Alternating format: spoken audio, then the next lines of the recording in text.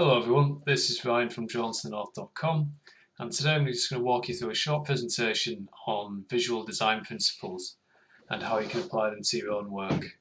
So you might have a piece of work and you're thinking, okay, there's either not enough detail or there's no clear focal point, or maybe there's like too many details and you're trying to figure out how to create balance. So what I'm going to do is I'm going to quickly go through each of these principles and point out how they've been used across different forms. So like here, for example, we've got a razor blade, a poster, a leaflet, and sometimes you can even find them in nature as well. And then just to finish up, I'm going to show you an example of my own work and how I've applied some of these principles to a character design. So the first one is a clear focal point, which is sometimes tied in with the key function. And what I mean by that is when you have a clear focal point, you usually have the working end of whatever it is that whatever the object is. So for example, on the razor blade, where you've got the end of the razor blade, you've got like kind of the most amount of detail, the most amount of contrast. And it's the same on, say, the mouth of the crab. So we have the most amount of form and the most amount of detail around the mouth area. And so a general rule of thumb to keep in mind is wherever you have like a key function, you tend to have a high amount of contrast. So that would be the first one.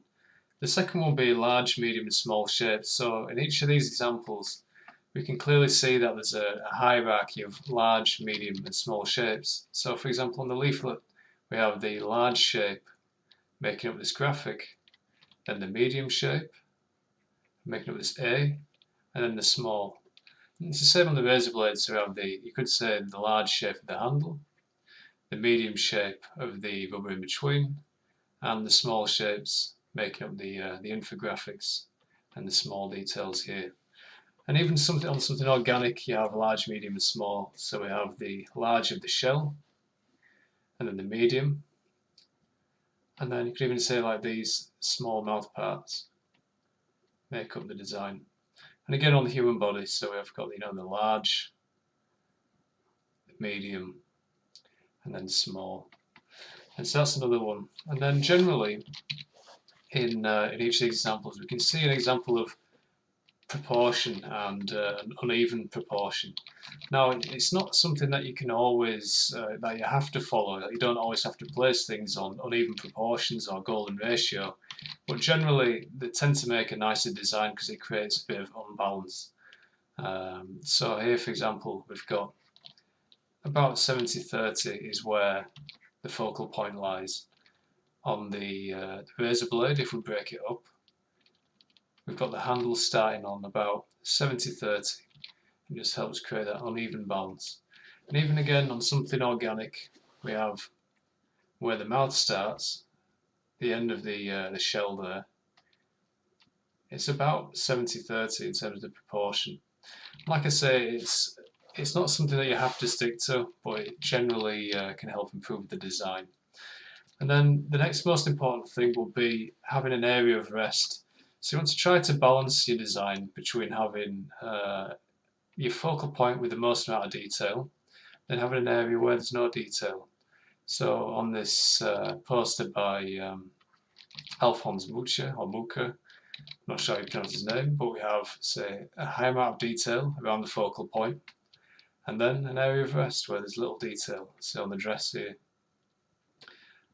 you could, again on the leaflet, got the high amount of detail, low detail, and this is something you can play around with, and this is something to taste. But generally, you tend to find that you'll have a smaller part of the image which is highly detailed, and then everything else tends to be less as it fades away from that focal point.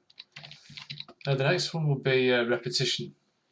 And this is probably the most important, another, I should say, very important principle because it creates harmony.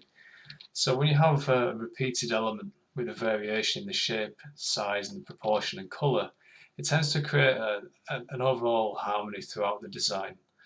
So an example of repetition in both this product design and the leaflet would be you can see repetition of colour to tie all the individual elements together. So on the edge here we've got this orange which ties in with the logo design. And again, on the razor blade, we've got the orange throughout the design. And it can also be applied to shape. This is especially true, say, on the handle here, we can see we have this oval shape or this egg shape, and this is repeated all across the design, this rounded form. You can see on the edge here as well. And this creates a harmony throughout the entire design. And even on the leaflet we can see this sharp motif repeated in the graphic on the background, repeated in the text, and even on the small numbers here we can see that's been repeated. And again, I mean, it's obvious in this example, but the repetition here and on the dress, you can see repetition and the background, and here as well. So you tend to find repetition being very important in creating harmony throughout your entire design. And just to show the example on the back, there's a general repetition of similar shape. So you have the similar shape repeated all throughout. The muscles are all generally the same shape, so you have repetition. And that's one of the key things to create harmony and balance throughout the span of your design. Another one that's not as important as the others, I would say these ones are the most important. But we have thick into thin, and this is something that you'll find more common in all of nature. So you'll often find when you see looking at plants, animals, insects, fish, they all have a thick into thin, and they also have a change usually wherever there's an end. Whenever there's an end and something else begins, you'll have a change in the form, sometimes a change in the colour, and definitely a change in the shape and the size. So for example, the crab claw, there's just about every single part on this goes from thick to thin. So you can see obviously the crab claw goes thick to thin, thick to thin, thick to thin, and even on the carapace you have this nice thick to thin shape. Same on the back muscle, got this kite shape with the trapezius, like a thick to thin shape.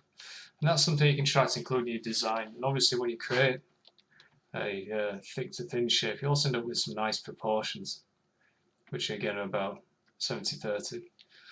So those are some basic principles that you can keep in mind. Again, this is something you want to try and experiment with and play with in your own work. If you find your designs too boring, like try going through each of these principles and applying them and seeing if they can help improve your work.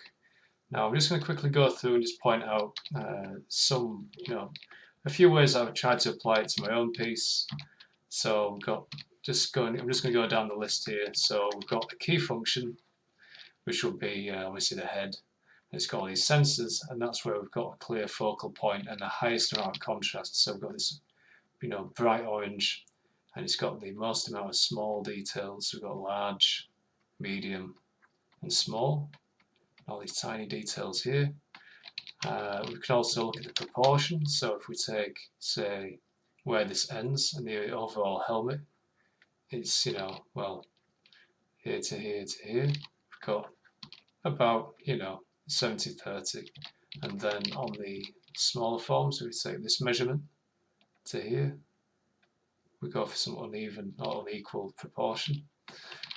And then what's the next one? So we've got high detail and areas of rest. So we've got an area of high detail and an area of rest. We've got an area of high detail and an area of rest. Now we could even look at the design on the overall and just say, okay, well, we've got a high amount of detail here and low detail here. It's all about trying to create that balance across the span of the across the entire design, similar to the examples that I showed before. And so, just to go through again, we've also got thick to thin as well, trying to include that principle there. And so that's just a quick breakdown of some visual design principles that you can apply to your own work. If you have any questions about that, or if anything was unclear, just leave a comment.